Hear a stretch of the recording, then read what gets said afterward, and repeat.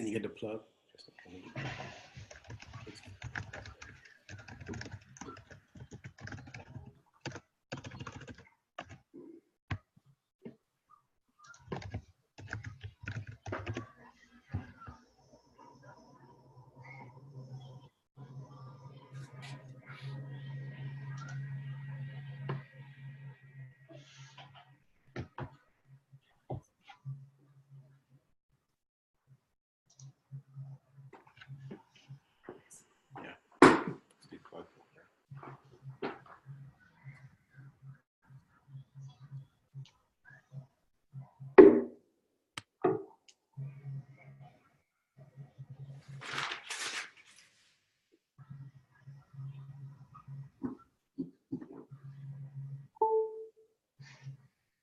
All right. Hello. Yeah. Right. So good evening and welcome. Thank you guys for tuning in to our Africanity Loves webinar featuring our featured guest, Dr. Biko Sankofa. This is a portion of our contribution to the solution, as I like to say. Be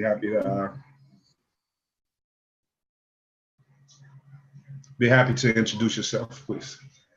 Sure. Hi, how you doing? I'm Biko Sankofa. Dr. Biko Sankofa. And you are a developmental psychologist. Could you tell us a little bit more about how that has an impact on our progress as the African diaspora? Well, as a development psychologist, we look at the lifespan development of the individual.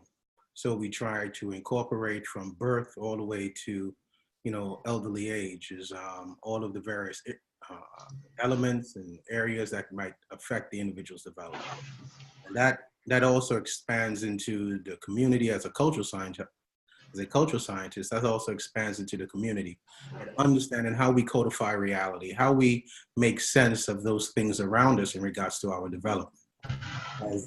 As your child is interacting with the environment, they are taking in certain type of information. As you get older, you express that information. And as you become an elderly individual, your life is going to show the impact of how you took on those individuals from a child to adulthood to late adulthood.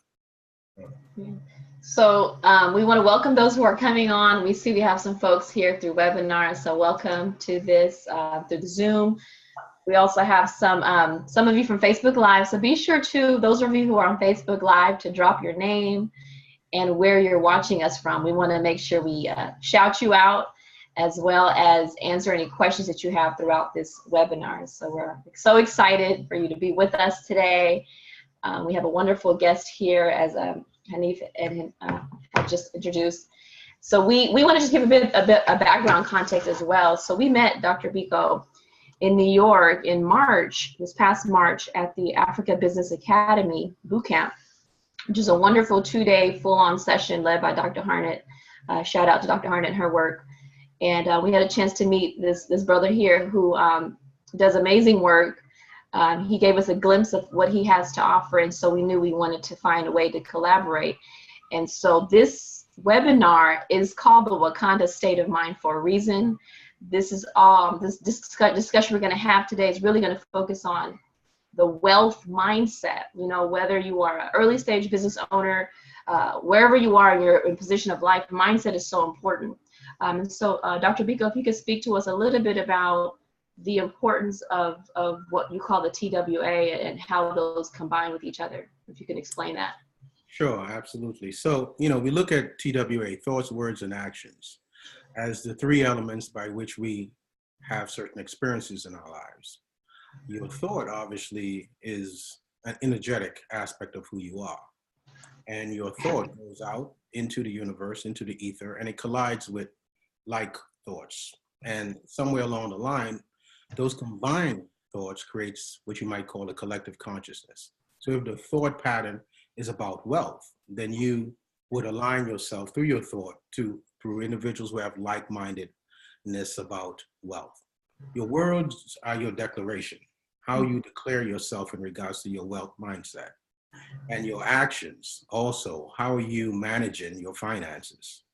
So, but before you do anything else, you must understand who you are. You must understand the foundation of what you will create tomorrow is based on how you understand who you are today.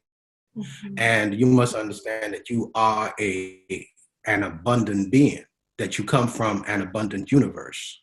And it is within your inheritance to create abundantly. So that foundation must be there before you even start to engage with a person, a place, or a thing. Mm-hmm. So your thought then comes from that type of cosmology, that way of knowing, that epistemology. I am from an abundant source, and within my inheritance is the ability to create abundance in my life. Mm-hmm. Wonderful. So I'm curious to know, so folks who come to a point of a stumbling block, let's say you say, I can't do this because I don't have money to do it, or I really want to accomplish, but I'm not able to get whatever done, or, particularly people who find themselves in the same place year after year and don't quite understand why that is, or having some stumbling blocks. What are some effective strategies you would recommend to overcome some of that? Well, again, going back to foundational influences and understanding. The African mindset has always been that of communalism. The European mindset has been that of individualistic and competition. Mm-hmm. So from the get-go, you have to start your business mindset in regards to how can I be communal or cooperative. So the idea within the African community and in the Caribbean community where I'm from Trinidad, you talk about cooperative economics. I remember my mom, as a young boy, used to do something we call a susu. And that susu was, she would pool her monies on a weekly basis with whatever, girlfriends. And let's say that they all would put in $100. And let's say it would be 10 of them. So the person might be chosen to get the first hand because their child is about to go to college and they need that $1,000. So the idea of you being able to do it individualistically does not really have to be the method that you use. It can be from a cooperative communal or from a cooperative economic point of view. Mm-hmm. So right off the bat, there are other modes of existence that we can use in regards to our business mindset.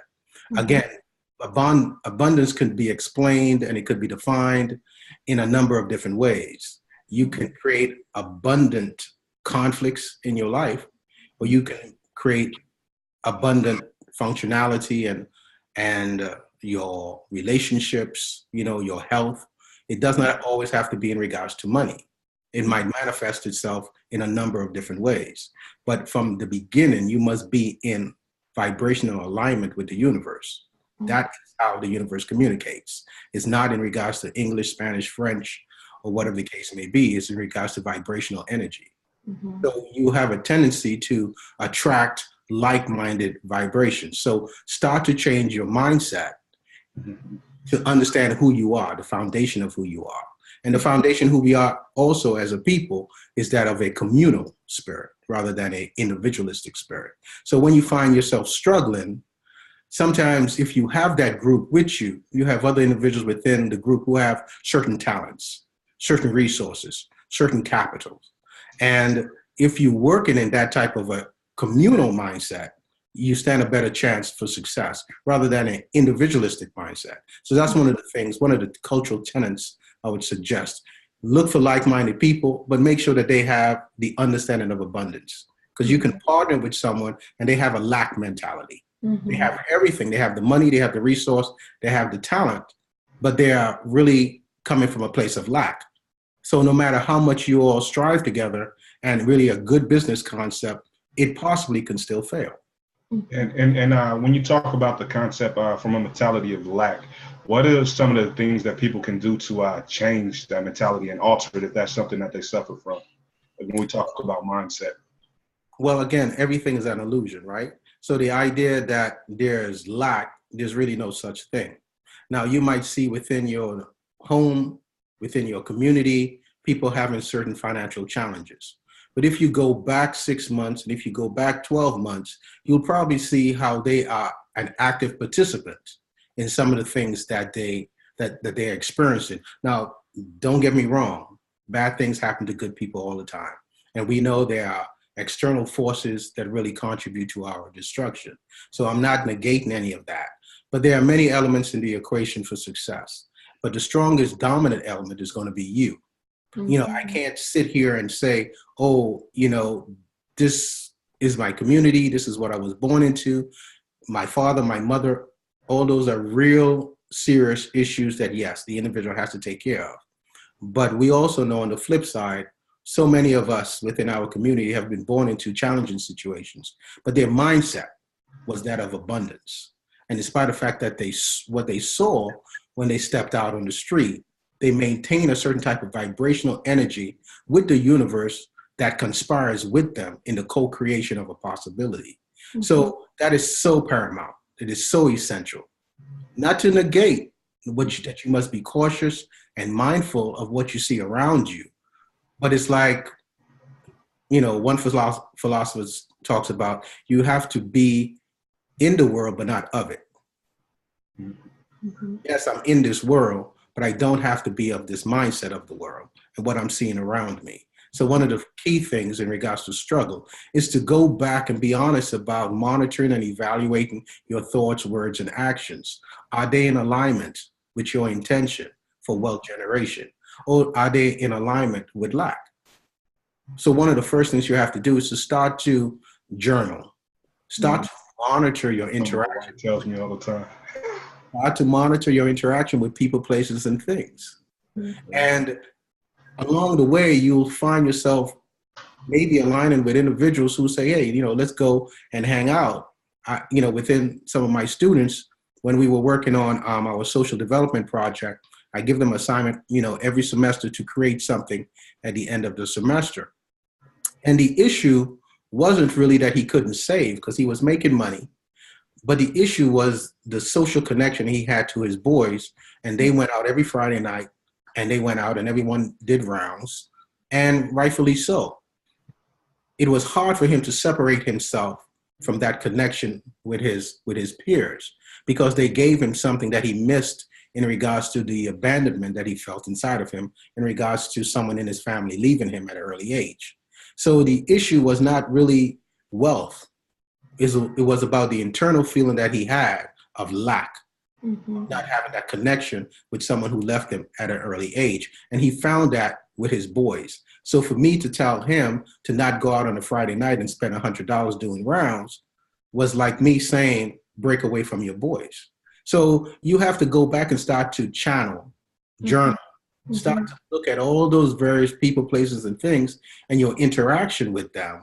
And it's not that maybe one time, you know, during a month, you may say, okay, this is my boys, and my boys have to understand that I'm trying to budget my funds in regards to my intention to participate in this particular wealth management program. This is a great point. These are so many wonderful, valuable jewels that you're dropping and they're much appreciated. And I want to also try to get your thoughts on and kind of tease out a little bit this piece you're talking about writing. So you talk about journaling, the importance of writing your thoughts and having some free writing. But how do you then connect the writing piece to the action piece? Right. Well, thoughts, words, and actions. The correlation must be one. That's a perfect correlation. I can't say that I'm an abundant spirit that's in collaboration with the universe in the co-creation of my intention, which is to generate wealth. And then my words are not in alignment with that. And then my actions are not in alignment with my words. So by journaling, I start to monitor what I'm actually saying through the written words. So last week, you know, I'm doing this program with Dr. Sankofa, and I'm trying to, like some of my students at the end of the semester, they have nothing after they've paid tuition, books, rent, whatever the case may be. So to amass $500 at the end of the semester is a huge task, but that is the creation process that I'm trying to get you to work on as a foundation for wealth generation. So when you start to journal, you start to see in little ways during the day how you're not in alignment or how you are in alignment. So it's a powerful thing to actually see the written words in regards to your declaration of who you're really being. Because to accumulate wealth, you must first be wealth. And to be wealth means that you must have that type of vibrational energy. So let's say you're walking down the street and you have the last dollar in your pocket. Now you have food in your refrigerator at home. You're not starving or anything like that. But you know, you had this extra dollar in your pocket. There's a homeless individual on the street. You must understand the abundance of being able to give that dollar away and give it away freely. Not to expect anything back, not to have any regret to it. That is being abundant. It's not to say that you're going to go around the corner and somebody's going to give you back 10 folds. It may happen, but that's not the point. The point is that you want to be that which you are intending to attract before you see it. Yeah, that's why there's these common quotes, you know, you are who you attract. This whole idea that there's an energy that goes out that then brings back something. And I appreciate what you're sharing, because I think about, and just a kind of summation for those of you who are just joining us, welcome from the webinar and live on Facebook. Dr. Biko Sankofa has been wonderful in really highlighting some elements of the importance of thoughts, words, and actions, on how those have to be in alignment, so that way you then are positioned for abundance, success. And wealth. And you know, as you all know, we're here focusing on a wealth mindset, the Wakanda state of mind, right? Because after we watch this film, everyone's excited, like, woo, yay, we're Wakanda forever, you know. But what does that mean when you go back to work the next day? Bring it in the real. And how do you manifest that wonderful feeling of royalty and brilliance and abundance and greatness that you get from watching this film? How do you then translate that to your day-to-day life, so that way you're able to overcome your limiting beliefs and your survival patterns and these things that keep us stuck?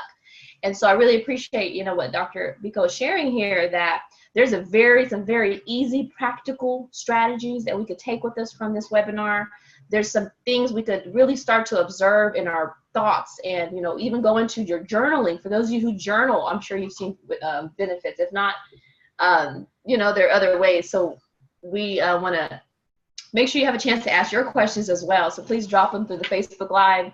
And also those of you who are on the Zoom webinar, to drop it in the chat box. We want to make sure we include you in this conversation and acknowledge what you have to say, comments or questions. So make sure you do that now. Also, let us know where you are, city, state. We want to shout you out. We have one question from Kareem Kingston, and he would like to know what products are good to export from the U.S. to the continent. If you have any insight on, I guess, the business aspect. We're talking about mindset, but if you could connect mindset to business, well, you know, one of the biggest things you can export is knowledge. So let's say, for instance, in regards to our project, where we're looking at value-added food manufacturing. Now, the land that we have attained is pretty much off the grid. So therefore, we have the challenge of trying to bring power and energy to that space. So one of the things that the country needs is alternative energy.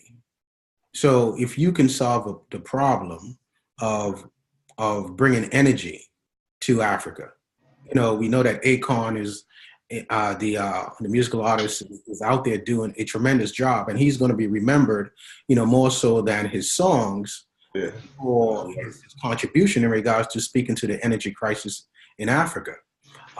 Food is a other major issue. Sierra Leone, where I'm doing my work, is considered to be the third hungriest country in the world. And a lot of that has to do with the power issue as well.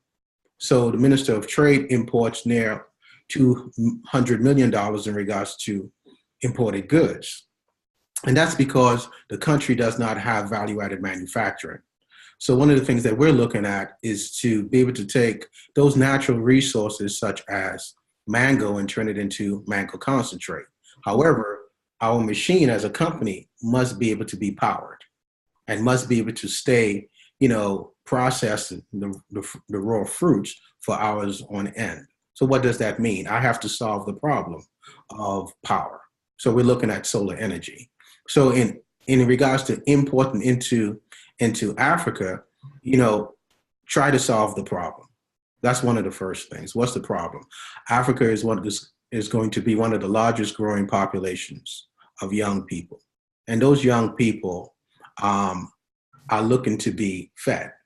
And then there may be a few people in the audience who don't understand we're talking about Africa, but the relation to us here being, that part of the African diaspora and Black in America and solving problems and doing business with people on the continent.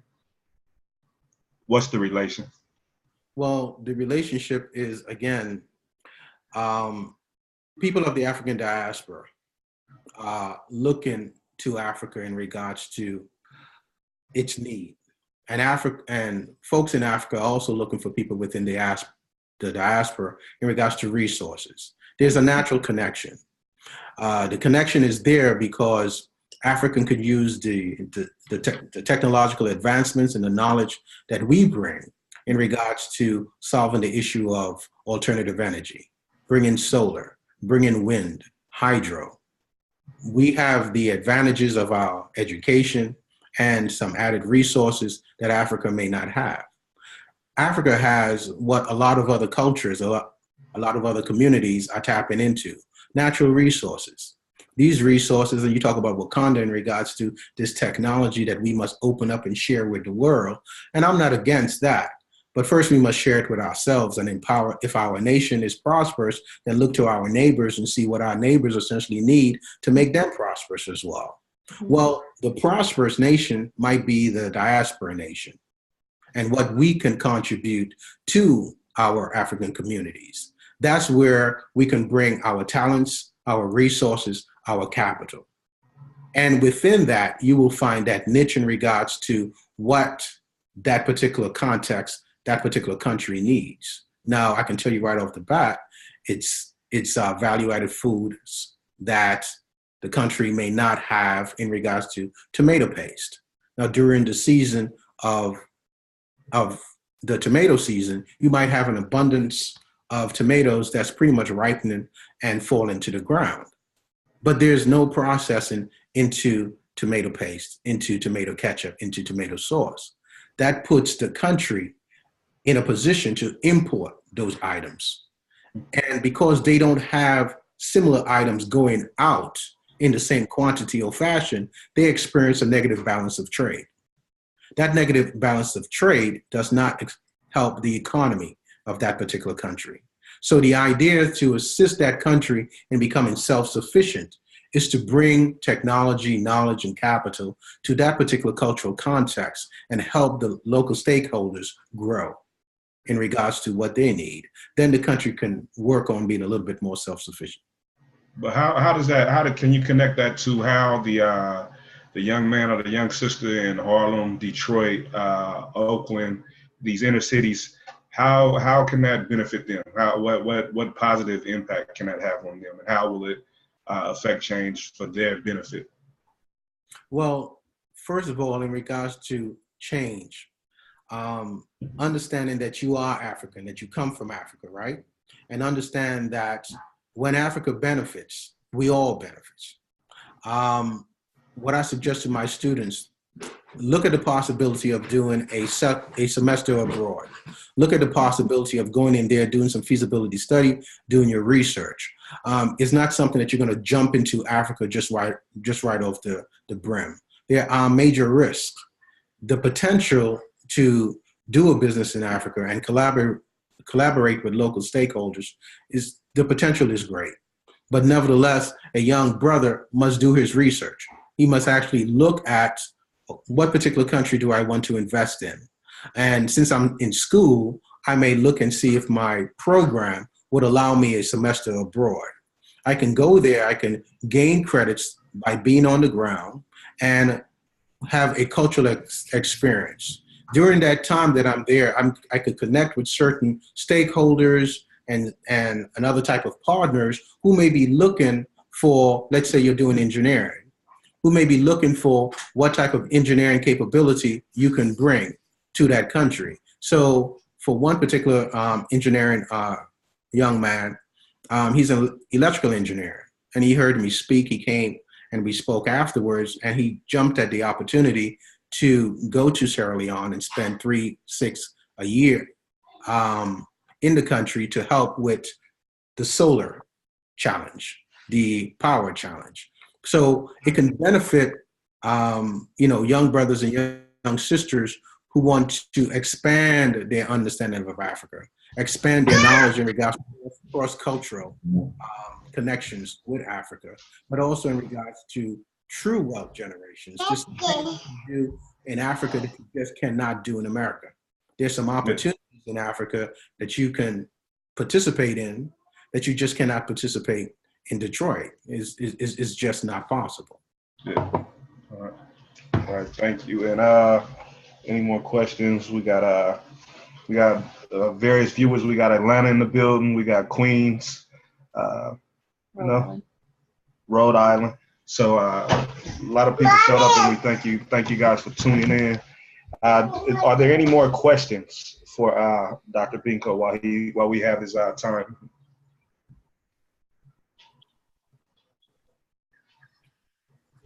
Yeah. All right. Yeah. Well, I just have a very brief question. I know that, you have a lot going on. You work, my understanding is you do some great work in Sierra Leone. You're originally from Trinidad, correct? Correct. Okay. So what was your journey to do your work on the continent, and how did that come about? Well, when I left Howard, I went to the World Bank. They asked me to participate in their new knowledge bank, and that was the monitoring and evaluation of various bank projects. From that, I got a firsthand look at how NGOs such as the bank are really interacted with Africa, the Caribbean, Latin America. It wasn't always for the benefit of that country. So again, having the opportunity to travel on behalf of the bank and to interact with some of the stakeholders on the ground, it gave me firsthand knowledge. It also told me that I knew I couldn't stay at the World Bank, beyond a certain point.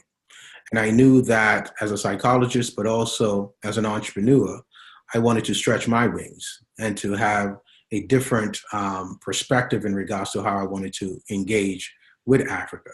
So I took certain trips on my own, by my own dollar, and started to make, connections and relationships. I have a family member who married into a Sierra Leone family, and through that connection, I started to make some more moves. Right now, as noted, we are looking at doing aquaponic greenhousing, whereby we would combine a new protein or a additional protein such as fish with the actual crop. We're looking to go organic, whereby the waste of the fish will be filtrate in regards to the fertilizer of the crop, and then the crop essentially will clean the water and have it funneled back into the pond. And to be able to show that type of capacity is what we also want to be about. We want to show, as young African brothers and sisters come to see what we're doing, to let them know what they are capable of creating as well. So it's not easy. It's challenging, but the mindset must be one that this is just part of the process. It is not necessarily a struggle. It's an opportunity for you to, work on those muscles, mind, body, and spirit. And once you work on those muscles, it becomes more perfected. Whether you do something here in the United States, or whether you do something in the Caribbean, where I'm from, or in Africa, you're going to run into challenges. They are real, but an aspect of them are just illusions. The reality is that you have to still vibrate, in spite of what you see, the abundance mindset.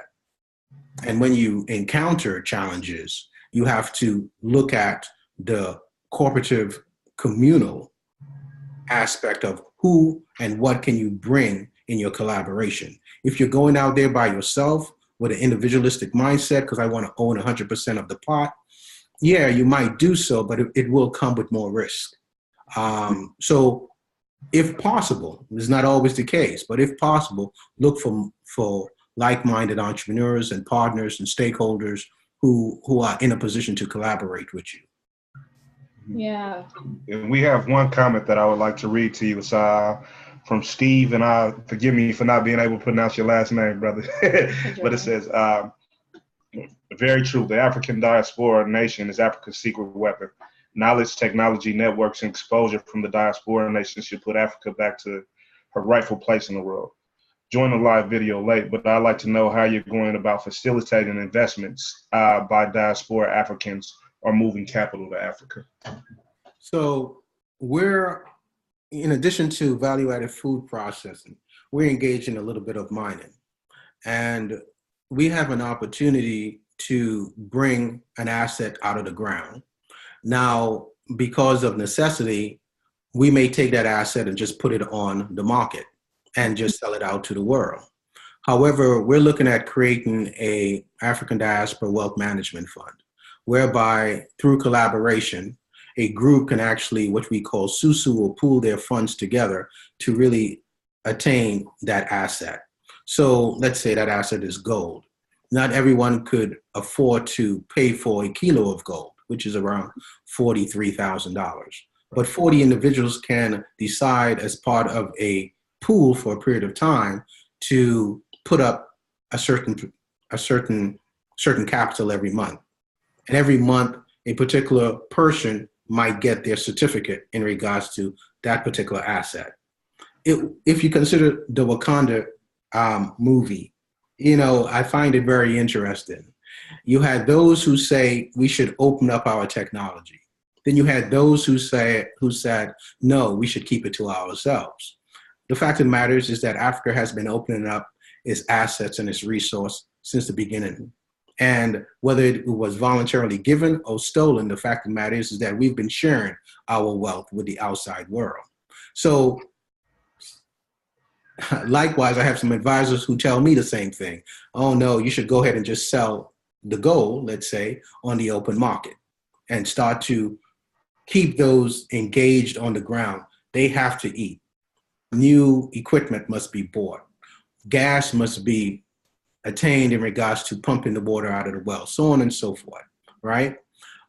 And an aspect of that we may have to do, but yet an opportunity now is that you don't have to take the risk that I've taken over the last 6 years of developing these relationships, working with these partners and stakeholders.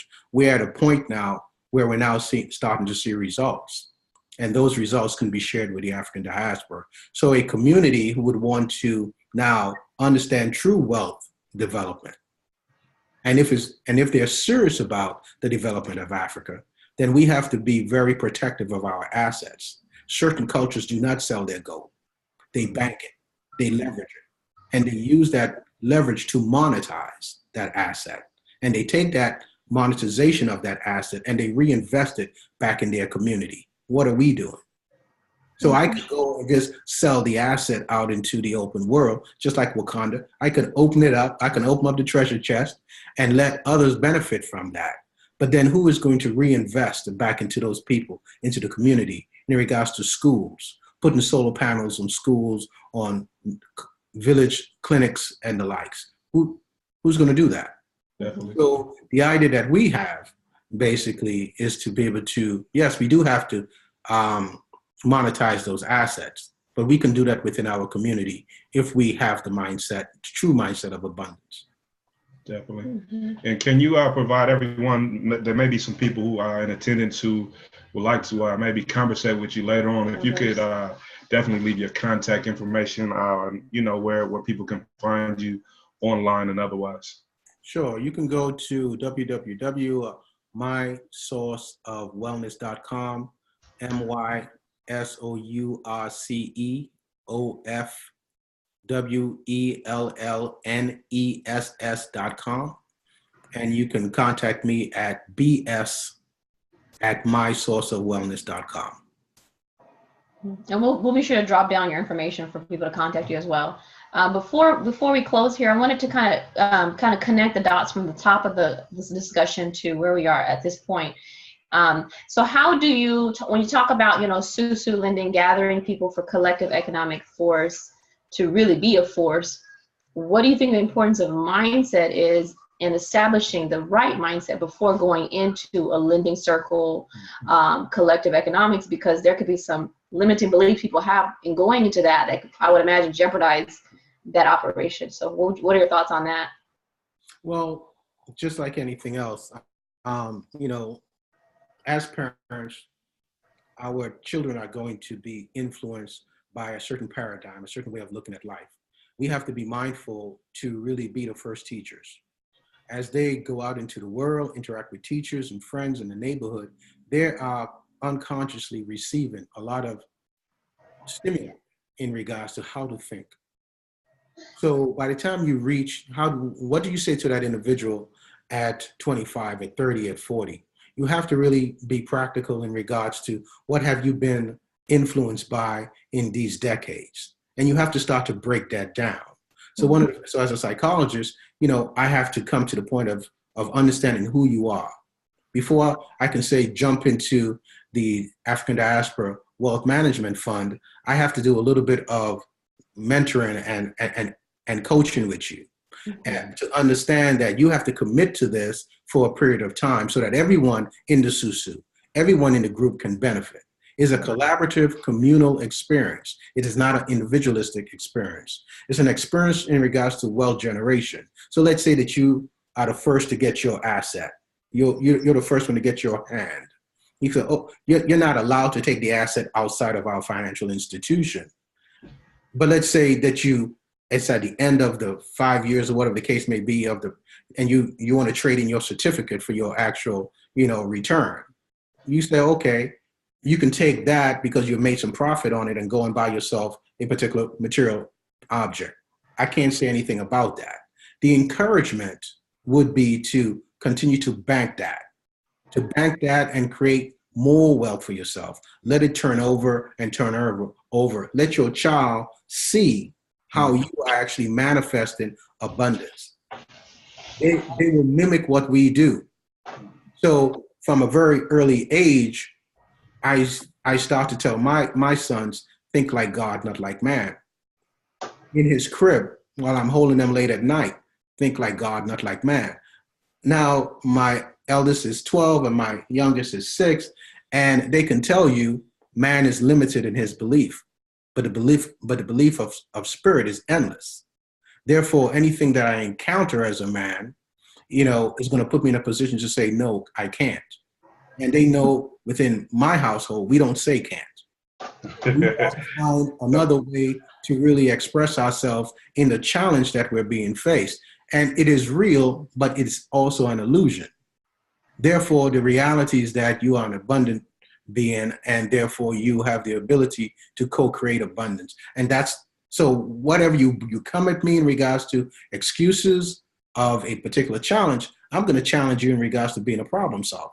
I'm not going to negate the fact that you do have a real life situation you must be cautious of, but don't bring in fear into the conversation.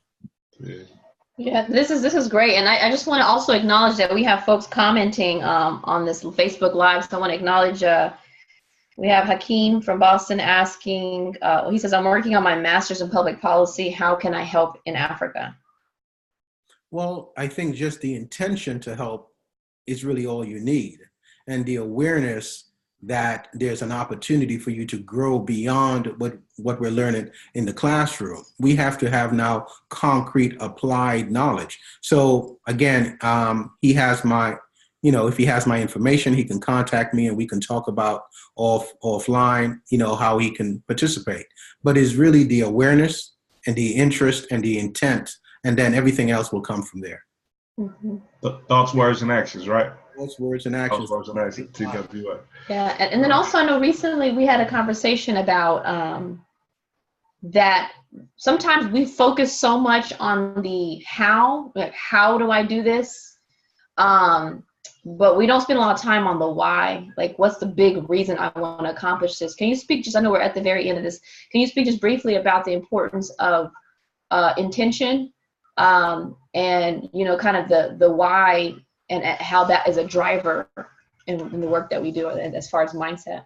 Sure. So, with my students or with my clients, with my patients, I first get them to, to envision if you were to take your last breath. And because our medical sciences are allowing us to live into our 80s, our 90s. So again, some of my students coming in, they're 20 years of age. I have evening classes where there are older students and so forth. But imagine for the next 50 years, if you were to co-create with the universe, and then at the end you were to take your last breath, what would you want to, how would you see yourself as you take your last breath? And then I bring you back from that state to where you are today and to say, okay, let's now start to create the first steps to be able to get to that intention. It's hard to really motivate someone in regards to doing something that's challenging, but it's easier to inspire someone when they feel that they came here for a particular purpose. Now we just have to work on the tenets in regards to the steps and the procedures, the methodology in regards to acquiring that particular objective or intention. So there's a difference between inspiration and motivation. It's very challenging to motivate someone, but we were all sent here for a particular purpose. If we can remember that based on spirit, then you can operationalize that into a real concrete plan. And when you run into obstacles in that plan, it is coming from such a deep and passionate place. It's easier for the person to get back up and say, no, this is who I am and this is what I've meant to do and what I intend to create. Someone who is motivated is someone just trying to grab something. Again, there's strength in motivation. There's power in inspiration. So in having that person understand, when you take that last breath at 85, at 90, what would you have wanted to create in these last 50, 60 years? Now let's go back at 20 and become inspired in the co-creation process. Mm-hmm. All right, now thank everyone. Thank for being a guest here on Africanity Love, and thank everybody else for tuning in. And may we continue to put in work and develop and grow, make progress. And know that you can find Dr. Biko Sankofa at the website mysourceofwellness.com, and I believe the email is bs@mysourceofwellness. bs@mysourceofwellness for Biko Sankofa. bs@mysourceofwellness.com. Mm-hmm. And we'll make sure we'll drop that at the bottom so folks can make sure they those who are going to watch this later to make sure they can access, reach you. We appreciate you spending time with us, and we could definitely go on. Yeah. And this won't be a full day. This definitely won't be the last time we talk or have contact with each other. We will stay. So as we follow up, we can actually now talk about those tenets to implement thoughts, words, and actions, and actually create what you might call this type of social experiment. I call it a social experiment where you have 90 days pretty much to manifest an intention, an actual physical creation. So again, when you come back from that 50-year journey of envisioning what you would like to take your last breath as, you come back to that first step of creation. And let's say it is wealth management. So for that student to have that 500 at the end of semester when he has never been able to create that before is what he's trying to manifest in my class for that particular semester. Now, what is going to happen is a psycho-emotional drama. That's really where the work is going to come into place. Who do you really think you are? Do you think you have that type of worth to generate that type of wealth? Self-sabotaging techniques will start to kick in. Mm-hmm. Your boys and your social relationships will enable you in regards to expressing certain type of behaviors, thoughts, and words that are not in alignment with your new intention. Mm-hmm. And how addictive you are to those old patterns and routines will determine essentially how inspired you are in the co-creation of this new possibility. Yeah, that's powerful. And you're dropping so many jewels. I mean, we definitely have to have you back. And I think that we could definitely spend a lot of time on the really specific hands-on strategies to get us out of this survival pattern or autopilot that we function in. I feel that in this society, we're so distracted and we function on autopilot that we forget to connect to source, connect to why we're doing the work we're doing, and connect to our purpose. So I think what you're speaking of is very transformational. We as folks of the diaspora, I think, need to be very intentional about this, not only in the work we're doing here, but especially when we look at into partnerships across, across the diaspora. So, yeah, thank you once again. And everybody have a blessed day. Appreciate it. Thank you. Make sure you check us out, africanitylove.com. This recording will be available to you through the Facebook Live, but for us to make sure we stay connected with you beyond today, to let you know about a lot of the other great programming we have coming up, make sure you go to africanitylove.com and join our mailing list so we can keep you informed to stay connected. Once again, thank you all for joining us through Facebook Live. Thank you through the webinar. We'll stay connected. We definitely appreciate Dr. Biko Sankofa for being here with us. If you have any questions, continue to drop them down in the Facebook Live. We'll get to them later for those of you who are coming in at the very end now. So have a wonderful end of the rest of your day, and we'll be connected. Stay in touch. Thank you. Thank you. All right. Thank you so much. Go ahead. Close it out.